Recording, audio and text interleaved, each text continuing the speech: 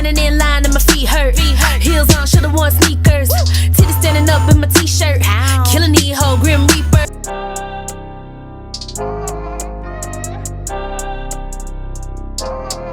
Благослови моих братьев, благослови наши руки. Мы в поисках больших денег, мы в деле круглые сутки. Благослови Linked Out Radio Show, man, they everywhere. Благослови моих братьев. Благослови моих братьев, благослови наши руки. Мы в поисках больших денег, мы в деле круглые сутки. Благослови моих братьев. Благослови моих братьев. Я скрутил себе потолще, я выдыхаю The best jam I have ever eaten. Oh, wow. I have that as a testimonial. И не играй со мной свою роль. Со мной молодые братья. Мы возьмем котлеты наличных себе на завтрак. Сегодня, завтра, неважно как я. You, эй, yeah.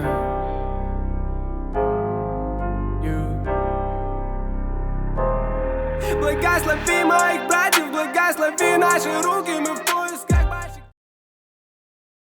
All right, y'all, we're tuning in for another episode of Linked Out Radio Show. I'm your host, Andres, and we have a guest via Zoom. We have Miss Marlé Blu. Yeah. What's up, y'all? I feel great this morning. It's good to be here. How y'all doing? Well, I feel like this interview's been a long time in coming. Yeah. Yeah. In years. But it's a great thing though, because your career has blossomed so much, right, from when you started. Yeah. But you know, let's get into that. So everybody, you know what I'm saying, we watching this interview and all the new folks and things of that nature, let them know how you guys started in music and what made you want to pursue, you know, being a rapper? Well, it's really like in me. I don't know if you ever heard somebody say like it's in me, it ain't on me. So it's really in me. Like I started writing poetry when I was like 6 years old. And then my brother, who's 6 years older than me, he used to write rhymes and stuff when he was like in middle school and stuff. So I just started taking my poetry and turning it into raps. And then, you know, growing up, like my dad listened to a lot of hip hop and stuff. So my mama there, she was like, don't play that around the kids. I'm like, man, fuck that, you know. But, you know, it just, you know, I was just all around it. And then when I got to middle school, there was a show, because I'm from Warner Robins. So there was a show in Macon on 97.9 called Who Got the Flavor, where you can call in and rap. And so I used to be like at school writing my raps, and then I would come home and like just call in till I got in. And then I would spit my verse on the radio. And then the next day at school, like my friends were like, we heard you on the radio. Da, da, da, da. And then, you know, I would record it and stuff and play it back. So it's just really all been a passion of mine forever. But my brother really inspired me because, you know, he started rapping. And I was like, shoot, I could do that. I want to do that too. And at first it was kind of like just a hobby and a passion. But then, you know, when I got older, I was like, I could really do this. So I'm going to do it. Yeah, and also the fact that you're a lyricist. There's not that many lyricists today. And like, I don't like to put women versus men. All y'all are artists to me. Lyricist is lyricist. But do you get that comparison though? Do you still get that? Or, you know, she's good for like, you know, a female, or what's been your perspective on it? I do get the like, man, you one of the hardest females I ever heard. And I'd be like, well, you know, I could out rap a lot of these dudes too. But at the end of the day, like, it doesn't really bother me. I take it as a compliment, just either way. Like, but I do take a lot of pride in, you know, in my lyricism. And a lot of times I'm trying to outdo myself. Or if I think of something that's just real clever that blows me away, I'm like, damn, whew. You know, chills and stuff. So I do take pride in it. You know, every record doesn't call for that though. You know, I do have my songs that are just, you know, fun, whatever, just to make you move. It's all about the feeling of it. But sometimes, you know, especially with my freestyles, like I got a point to prove. So I go hard with the lyricism. Yeah, I love the freestyles. Thank you. I always look forward to those. Now, I be watching and stuff like that. One, you know, I just love lyrical rap, but I like your versatility too, though. You know, you can make so many different songs, and you have this whole catalog to me of music that shows your path and the growth and all that. Do you feel like, you know, you're comfortable where you are, like you are the person you're supposed to be as an artist?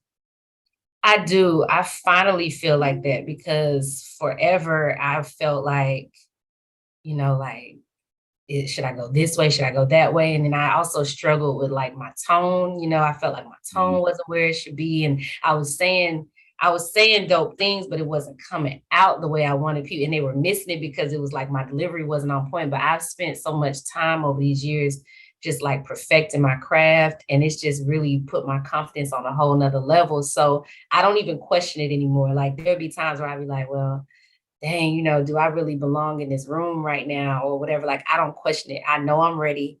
I know it's my time. I know I'm heard, you know? So it's like, I feel like I'm there now. And maybe that's why, you know, it's been a delay. You know, maybe God was just getting, you know, making sure I was ready. You know, he probably like, you ready now? Yeah, I think some people, they get it too early in their careers. Everything just comes all at once, whatever, and they're able to handle it. And I think at this point, like I look at you as a industry professional and veteran. I don't look at you like, you know, like some people are rookies and stuff like that. I like this new, like I like the fact that you went back to like blue and all that with your colors and stuff. Because I remember there was a transition time where, you know, it seemed, you know, maybe you were going through something or whatever, but it wasn't as much blue. You might have had like blue lipstick or something like that, but it wasn't as much blue that you have now. Yeah. I gotta stick with my brand, you know. Yeah. I think it really compliments you, and I think that's you. Is like blue your favorite color, or? Yeah, blue's always been my favorite color. That's blue my favorite color too, so you know. That's what's up. Good choice. We connect like that. Yeah. So what do you feel has been like, you know, the biggest hurdle that you've overcome thus far in your career? Me against me. Okay.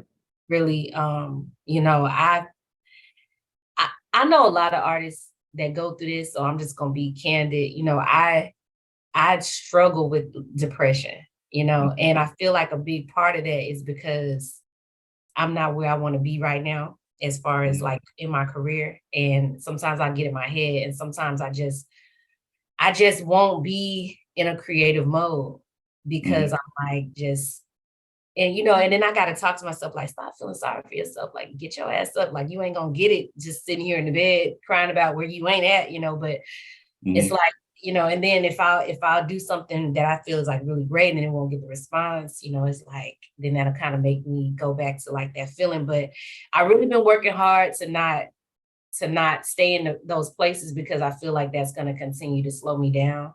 So, you know, just me against me, just fighting past that and just staying focused and just knowing that I got it regardless, and I gotta just keep going. I just have to keep going and stay focused because I feel like right now it's about to be a transition in music where talent is going to be appreciated again.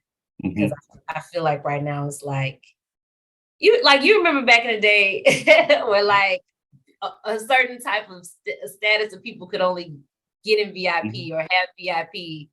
And it just came like everybody started buying a bottle, everybody started getting a section, and it just didn't have that same prestige.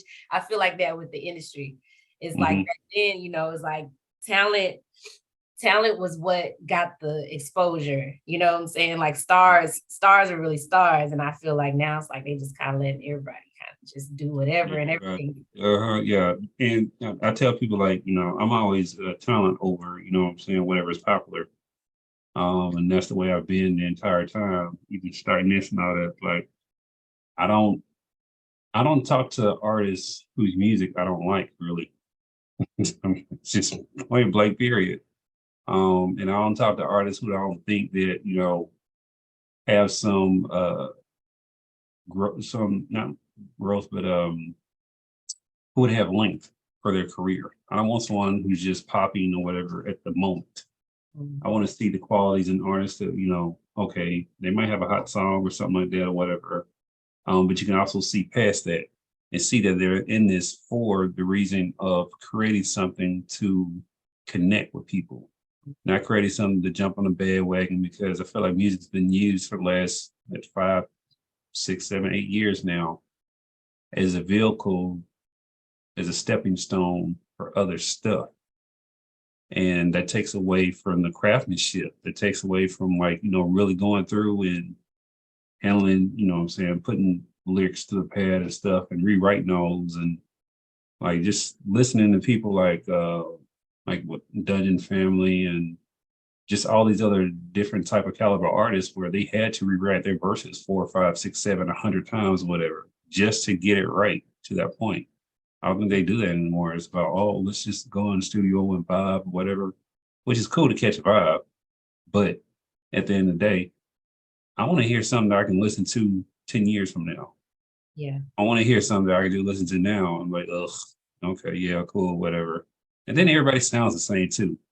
I'm like, I might be an old head or whatever people want to say, but at the same time, the proof is in the pudding. The numbers are still there. The 90s music is still being consumed like crazy.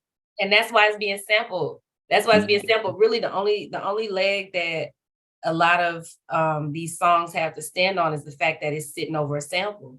That's really what's carrying 90% of the records, is the fact that it's sitting on a sample and it's familiar. And that sample was a very popular, respected song. Like it ain't that it's not that the songs are just, that dope. The sample is carrying it. So yeah.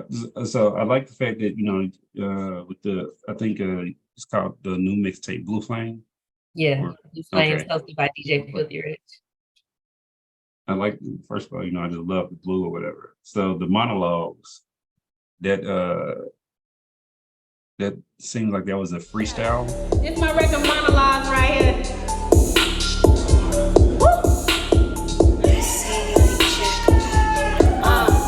I am the biggest dog of the underdogs. Hurt a bitch feelings with my monologues. You ain't running shit, that's a light jog. I'm eating rappers, no Ramadan. It's Marlé Blu in a blue bonnet, killing more bitches than a blue bonnet. Fuck the red one, fuck the yellow one. Ain't nothing better than that blue Sonic. Look, I am the original. All of these copycat bitches keep coming in intervals. All of you bitches is pussy. Ho, don't play with me, go and play with your genitals. I ain't got time for you imbeciles sending subliminal shit, gon' get criminal. You look like her, and she sound like you, man. All these rap bitches identical, I ain't seeing what the hype is.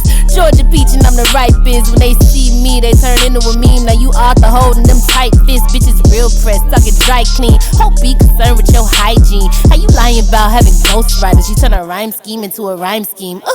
That probably went over your head. That frontal looked like it was under your bed. Probably was popping your shit, but that wig was distracting. They heard what you said. I ain't seen nobody yet that come off as a threat. I mean, let's be for real. Heard from a friend of a friend of a friend that these bitches be fucking for deals. And that's just what the tea is. Okay? But y'all ain't here for me. So what inspired that? Yeah. So so my mixtape is a lot of jacking for beats, but that particular one is my homeboy Jackpot. He's like one of the dopest producers in the industry. Like he's just so cold. But he sent me that beat and I was just vibing to it. And I was like, you know what? I'm about to really talk my shit on this. And we released it on the mixtape, but we also released it on DSPs as well, as a single too, because it's one of the original songs on there. But I come in like I'm the biggest dog of the underdogs, like, and that's just how I feel. Like I feel like I'm an underdog, but if I'm gonna be the underdog, like I'm the biggest dog of the underdog. So that's how I come in, just popping my shit, and I just really just let go and let my frustrations go on that record. Like I was popping bad shit on that record. And as you're supposed to, what I'm saying? Like I said, you hold your own. Yeah. And like if we were to throw you in the ring, a lot of other artists out there I would expect you to come in the top. Every time. Top 1, top 2, whatever. I expect you to be up there. That's like, you know what I'm saying, the type of talent that you have. And I think that, people need to really go and, start looking at the catalog and check it out to YouTube and all that and just seeing what you've been putting out over the years. So you're welcome. So tell me about Shrooms. I like that record as well. But 50K on the bag.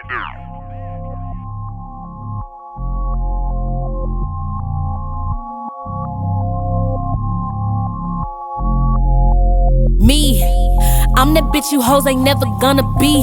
Vacation in the spots you hoes ain't never gonna see. I'm the one you want, ho, you just a wanna be. This the worst batch of bitches that I ever wanna see. Just speaking honestly, give a fuck what they assume. Confidence so high, it's like I took a bag of shrooms. Bitches taking shots, but don't never leave a wound. Ain't never face to face, how you beefing over Zoom? I get on my soapbox.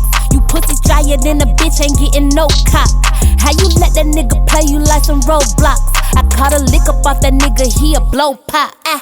First one start hating, let you know which one of them broke. Diamonds on me so wet, swear leave the whole outfit soaked. Haters mad. Again, just feeling like, coming into myself and just feeling this new burst of confidence and cockiness and that beat. So I actually recorded that song to a different beat completely and for my team. And because I recorded that song at home in my studio. And I find sometimes that like I get the best talking shit records when I record by myself because like I don't have to worry about anybody like, like just let me just my shit. I'm popping my shit. I'm by myself. I'm at home. I got my little drink and I'm just vibing. But anyway, so I played it for my team and they were like, man, you going crazy, but like that beat ain't it. Not the beat that's on it now, the beat before.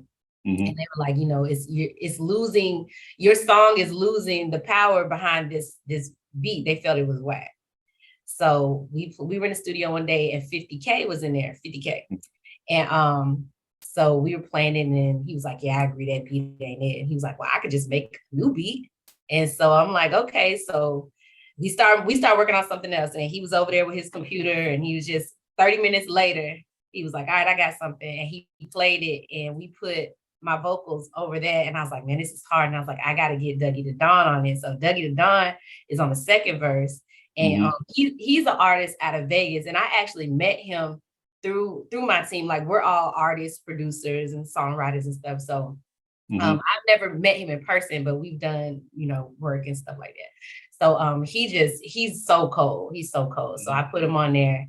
Well, I sent it to him. He was like, man, you went crazy, man. This is hard. Like he's like, you got to come out to Vegas. We got to shoot a video for this.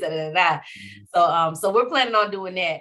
But he got on there and did his thing. And I love how the record came out. So it's actually been a while in the making. Cause like I said, I did it to a different beat. That wasn't it. But we took our time, worked on it, added Dougie, and it's just perfect now. I love it. Yeah. And I was enjoying his verses as well. Yeah. Like the song is really complete to me. Y'all compliment one another on the record. Thanks. So I love the fact that y'all have that chemistry. And, that you're able to still, even not in person, but still be able to have that energy and chemistry on the record. So I can definitely tell that, y'all both love what you do because it came out on the song. Yeah. So my favorite that, you sent me was Bathroom. Yeah. And I love the visual of that. So everybody out there, while we're talking about this record, it's going to be actually playing in the interview. So y'all be able to get a snippet of that. But tell me. Heels on, should've worn sneakers. Titties standing up in my t-shirt. Killing the whole Grim Reaper. Bad bitch, all the niggas want this. Bitch, I'm the truth being honest. Big booties twerking and they own it. Big booties twerking and they own it. Me and my girls in this bitch, we slaying this shit. You know they ain't fucking with us. We killing these bitches, it's ashes to ashes and dust to dust. Only want a nigga if the money come with it. He ain't got it, won't hit it till that nigga gone with it. Dripping like a mop and we all on the floor with it. Twerking in the bathroom, yeah, we getting low with it. Rock the top, me and my team. Laundry mat, bitch stay clean.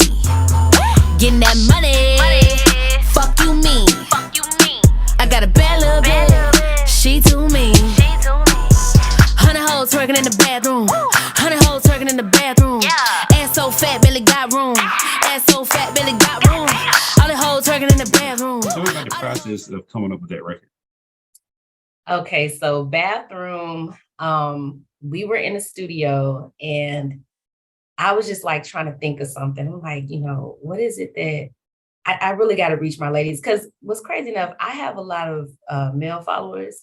So like, I really want to just talk to my ladies on this record. Like, I'm like, what is something that like women always do? And I'm like, well, shit, we be, twerking in the bathroom. When we're getting ready, we be twerking in the bathroom at the club. Like you go in there, you're supposed to be going in there to use the restroom, fix your hair, whatever, freshen up, and we be in there twerking, because the DJ is. So I'm like, that'll be a good concept. And so my team actually helped me come up with the hook part of it. And Blair the Machine produced it. He's cold. He produces a lot of my records. So he produced it and we were all in there together and just vibing. And then I wrote the verses and it just came out beautifully. And that is like, I get the best response to that record every time I perform it. Like everyone is just up dancing, like people. And then when I'm done performing, people come, I like that bathroom song. I like that bathroom song. I could perform 2 other records before it, but I end with that one. And people are always like, I like that bathroom song. Where can I find that song? So yeah, that's one of my favorites too. And I love the visual for it. How involved were you in the actual planning of that video and the treatment process? Because I can tell there's a thought process behind it. Like, let me tell you what I saw. One, I love the multiple looks as far as the outfits and stuff, right? I also love the wording that was written on the bathroom mirror. I saw that. Yeah. So like I'll be catching like the little stuff, whatever, and I love the different scenery as far as like being in a slingshot, going down the street, getting some iconic pieces in the background, the bathroom scenes and stuff, and just like really, to me, it was very well put together. Yeah, it was, and it took it was me and then Flip, who is the videographer of it. And he's really dope too. He has a lot of great work. And then Ashley Monique. So she is, she's a fashion designer and she's also my stylist here and there. And she had the idea of writing the words on the mirror. And I was like, oh yeah, that's hard. So she did that part. As far as the bathroom scene, of course, that was my idea. I'm like, we got to have one in the bathroom. And then, I wanted a slingshot so bad because I love slingshots. So I was like, I got to get a slingshot for this video. So we did that. And then we rode up and down. We were on Edgewood because we shot it here in Atlanta. So we were on Edgewood and North Avenue, just going up and down the street. And I just wanted it to be fun. I wanted it to feel good, like the record. Of course, I didn't have all the girls twerking in the bathroom, but I had a couple of them in there with me and we represented for it. So, it was just fun and colorful, and that's me. So that's what I wanted to portray. That's what's up. I love it. So tell us about, the business side of, your career and stuff and how involved you are with it. Because I know you have like your music group. Do you plan on expanding that to where, and I also just saw where you did your first engineering session, I guess, where you're engineering. So like, I know you're more than just an artist, right? So explain that to us and like, how involved are you in like, guiding your career and all that and, playing executive as well? I'm very, very, very hands-on, like hands-on. I'll step in and engineer if I need to. I'm registering my publishing. I'm doing my copyright, I'm doing my sound scan, like I'm uploading my music to DSPs now. My manager does help me as well, so I'm not gonna take all the credit, but there's times where I'll do it as well. As far as like split sheets and stuff, I'm sending them out. I'm very, very hands-on because at the end of the day, like the music is fun and everything, that's the passion, but it's also a business. So you gotta be on your stuff. A few years ago, like I got a studio set up at home and, I didn't know how to use it at first. And at the time I was with my son's father and he's also in music. So he showed me how to engineer and stuff. And ever since then, you know, because I just feel like you have to be self-sufficient in this industry, or else you're going to be out of a lot of money. Like, you know, if you don't know how to at least record your ideas and maybe go to another studio later, like, because that saves you time. Like, I record my roughs at home, and then I can go to the studio and lay them down when I'm ready, like, you know, and then, you know, I'll put together my show music. You know, if I can't get my engineer's busy, like, I'll just I'll do it in my studio, put my show music together and stuff. So I'm very hands-on, but I feel like that's just what's needed. You know, I have a team of supporters, you know, I have my fans, I got my family and all that stuff, but nobody is going to want it more than me. So, you know, I just feel like I have to be hands-on. I have to be. But I know when to, like, step back and let my manager do this thing, let my producers do their thing. Like, it's not like I'm a control freak, but I do have to, like, I just feel like, you know, this is my baby. So I ain't gonna let everybody change my baby diaper. Like, I got to change my baby's diaper too. No, I feel that. I love that. I like the fact that you even take responsibility in there, because I think sometimes some artists, they get too caught up in, you know, being an artist and not learning everything else about the industry. And that's how they're taken advantage of. And ultimately, I tell artists, you're responsible for your career, regardless of who you have in your infrastructure, you know, whoever you have on your team. Because at the end of the day, like you said, it's you. You are the product that you're selling and stuff. So, you know, you can sell you the best way you know how to sell you, and everybody else can be like complimentary to that. Do you feel you get the respect that you deserve as like an artist, and like as a, you know, as a trailblazer, and, you know, as a executive? I think I do, you know, especially with people like from my hometown and stuff. I feel like I get a lot of respect and a lot of support and acknowledgement. So that does feel good. And I think also too, you know, how I carry myself when I go to events, when I go to showcases and stuff like that. Like, I'm there to, you know, perform, I'm there to network, you know, and I feel like people respect that as well. So yeah, I think I do. At the same time though, I don't really it matters, you know, but at the end of the day, it's not like I feel like I just, you know how some people get so angry, like, oh, I don't get no respect, you know, it's like, whether you do or not, I'm still gonna do me. Yeah. But yeah, I do feel like I do it. So That's what's up. So where is the furthest geographical place you have performed thus far in your career? It wasn't an official performance, but the DJ played my record and I performed. You know, I didn't have a mic or nothing, but I was like, this one's song, you know. I was in Jamaica. Okay.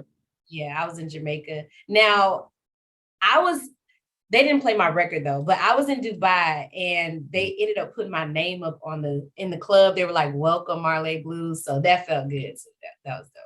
That's what's up though. But I'm like, you know, for even people to do that or whatever, you know, it takes time and stuff to be able to do that. So, and it's also impact. So that, you know, you're able to put out music and, you know, with all the different digital streaming providers and stuff.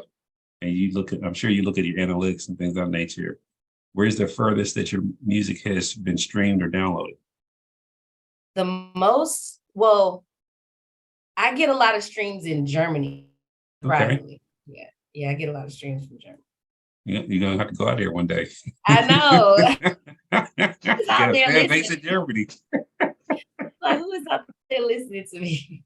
So, where's your biggest fan base that you know of here in the States? In Georgia. Okay. Yeah. Any particular city that's responding well to you right now, or? I get a lot of response when I look at my analytics. It's Macon and Warner Robins. No, so the 478 is really rocking with you. This what's up. Yeah. But I'm trying to expand. Like, I love it and I appreciate it, and that's most important, is having your home team behind you. I'm trying to expand, but it's gonna happen. It's happening. Oh yeah, no doubt. You have, like I said, you have the type of talent where I expect to see you like even a year from now, way bigger and stuff like that, and seeing you at festivals and stuff. That's the yeah. I think you're on that trajectory, especially with the energy that you're putting out now with your music. I definitely see that. Speaking of festivals, Mhm. on July the, hold on, let me see. I think it's July the 29th. I'm Mhm. going to be performing at the Bragg Fest in Macon. Are you gonna be at Bragg Jam? Yeah, Or- Bragg Jam. Yeah. okay, that's what's up. Yep. It's still, yeah, July 29th at Bragg Jam. And then July 24th, the Coalition DJs are having an event called Soundcheck. Mhm. And I'll be performing there. That's what's up. Look at you. I like the fact that Bragg Jam has opened up more, and it's been purposely putting artists from the area on that particular platform and diversifying, um, and paying them. So, which is a great thing, you know, showing that they support the arts and stuff like that. That is Yeah, shout out definitely to Snap Hughes. He reached out to me and asked me about performing on Bragg Jam. So shout out to him. that's what's up. Him, Snap, and BP, they've been doing a lot of stuff down here. Um, so I saw that, you know what I'm saying, you're being more vulnerable on Instagram with, like you said, the depression and things of that nature. Um, what inspired you to, like, you know, peel back like a layer and to show more depth as a person, as a creative?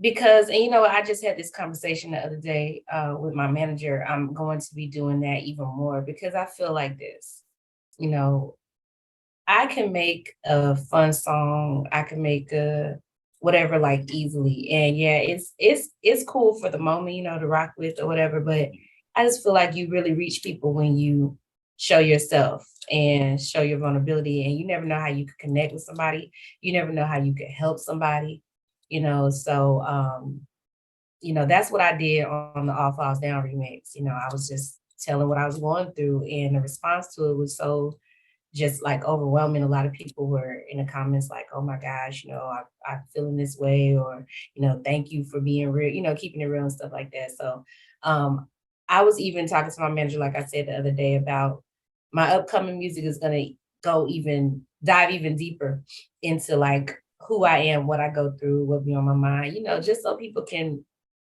get a deeper version, because I feel right now people kind of have like the surface level. Hmm. And you know, I just want to take them a little deeper That's what's up. into the ocean, You said what? into the ocean blue. I'll take them deeper level into the ocean. Ocean You blue. know, the ocean is vast and deep. Yeah, There's a lot of stuff that we don't know that's down there. exactly. So, if there is one thing that you can have to help your career get to the point that where you want it to be at, what would that one thing be? Um,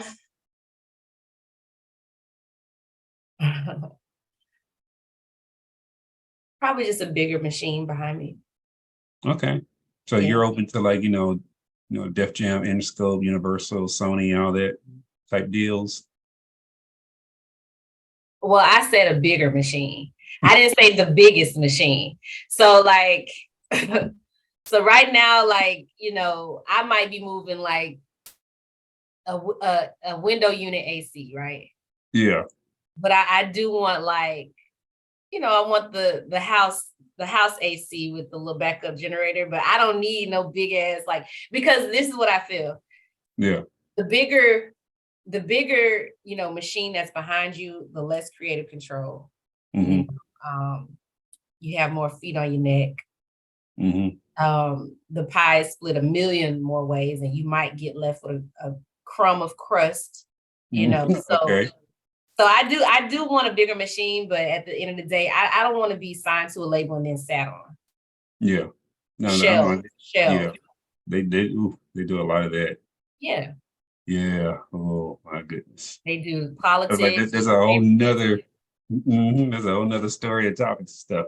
Okay. So if there's one thing that you could change about the industry from your perspective, right? What would be the one thing that you could change?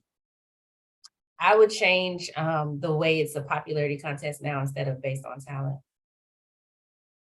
It's a That's right. popularity contest. A lot of times it's all about, okay, they sound good. Okay, they look good, but how many followers do they have? Hmm. You know, like, and I feel like that's the reason why, that's a big explanation for why a lot of the music is just horrible now, because all they had working with them was they had 1 million followers, but they put Hmm. out trash music. So I would bring talent back. That's what's up. I like that. You strike me as a person who humor and everything is a big part of you. Is Mhm. that so? Is that part of your personality? Yeah, I'm the I'm the class clown. I'm the comedian of my group, of my friends. Okay. So have you ever thought about like doing skits and stuff like that and like, relating that to your music and things of that nature? Yeah, I actually have quite a few skits. I have more of them on TikTok than anything. I had some on my Mhm. Instagram, but Mhm. you can find most of my skits on TikTok, some of them on my YouTube. And then I also do voiceovers for Mhm. a cartoon that's it's a comedy cartoon, and it's called The Roach Motel. Um, Mhm.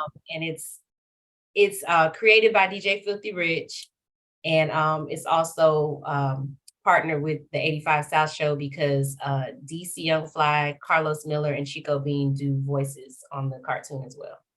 That's what's up. So I'm gonna have to check that out. Look at you sitting there doing all this other stuff. See, I knew there was something else there. Yeah, and it's hilarious too. It's hilarious. It's just like, it's something that we're hoping to be like on Adult Swim. You know, it Mhm. has that type of like humor, adult humor. It's hilarious. That's what's up. So then where do you see yourself going in the next few years then? Because you're creative, right? And music might not satisfy that creative need as much. So where do you think you will branch off to? I'm open to any part of like entertainment. You know, that really is just what drives me. Um, Hmm. I mean, hosting, like hosting award shows, hosting television shows, acting, voiceovers, behind the scenes, like just anything that's, I do songwriting as well. So anything that's like entertainment based, I'm open to it. That's what's up. I'm trying to think. So did I miss anything? Is there anything that you would like to say or have not Um, said? I do want y'all to check out the mixtape again. It just dropped. It's Blue Flames, Volume 1, hosted by DJ Filthy Rich.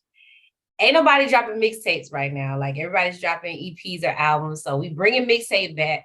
We bringing bars back. We bringing that hosting, that good like DJ drama type of feel. So it's hard. It's on live mixtapes, Audio Mac, SoundCloud, YouTube even, and I'm doing a video for each song. So right now I'm dropping one today, the Pound Town Freestyle. I'm dropping that video today, and then I have the monologues video out. I have Flamers Flow video out, and then I got a couple other videos already done. So yeah, it's hard, y'all. It's really hard. I put a lot of hard work into it, and I have an album that's already done, and we're gonna be dropping that in August. So I've been working. I've been working. Yeah, it expensive. But I love it. I love the fact you're shooting videos and all this stuff. And like I said, your videos are always creative and everything. Even though like the shorts and stuff like that, it's still creative. So I'm definitely gonna enjoy that. Let everybody know how can they support, where you want to direct them to, any particular social medias or anything like that. Okay. You can follow me on Instagram, MarleBlu. Twitter is Marlé Blu Music. TikTok is Marlé Blu. I got marleblu.com, and YouTube. And yeah, the DSPs, SoundCloud, Tidal, Apple Music, yeah, Spotify, All of them. all of them. You like the air. You're everywhere. Yeah, exactly. But thank you, Miss Marlé Blu, for taking the time out your busy day to do this interview. I'm definitely, I'm going to shoot up to Atlanta one day so we can follow up and everything, and get some good B-roll footage, studio, all that stuff or whatever. So we'll have to do that. But I look forward to listening to the rest of the projects. Everybody out there, y'all make sure y'all go and y'all support Marlé Blu. Follow all her social medias, go to her website, get that thing going and popping, and y'all support as all these projects and songs are being dropped. And like I said, you know, she's official out here. And if y'all have not, y'all make sure y'all go and y'all download that Big Dot Radio Show. Well, I appreciate you having me. It's been a pleasure. You're welcome, man. Okay, well, I had an extra hot summer because I had me a little sneaky link. Don't tell nobody, though. Don't tell nobody. Hey, Marlé. And I wrote this record for my sneaky link, so y'all want to hear what I told them? All right, but don't judge me. Right? It's Mr. Nasty Time. It's filthy. I got a man, but I ain't gonna lie. You tell me that shit that I wanna hear. Be starting fights with my nigga, then tell him to leave. I really don't want him here. I vision you when I be with him. I straight almost called him your name. We act like the Crips and the Bloods. We fucking it up the way that we bang. We meet up for brunch. I say that I'm out with my girls, but really it's you I'm with. I don't give a fuck. I tell you better not pull out. I love how you doing it. I be feeling bad and shit. Like you think we should stop. As soon as I smell your cologne, my pussy get wet. Now we need a mob. You make me feel like no other. You make it melt like it's butter. I let you hit with no rubber. Make me forget about my lover. Sneak out the crib just to be with you. Bet no other bitches be with you. I never knew that I needed you. We done started, gotta see it through. I see you out and we play it cool, but we know what's going on.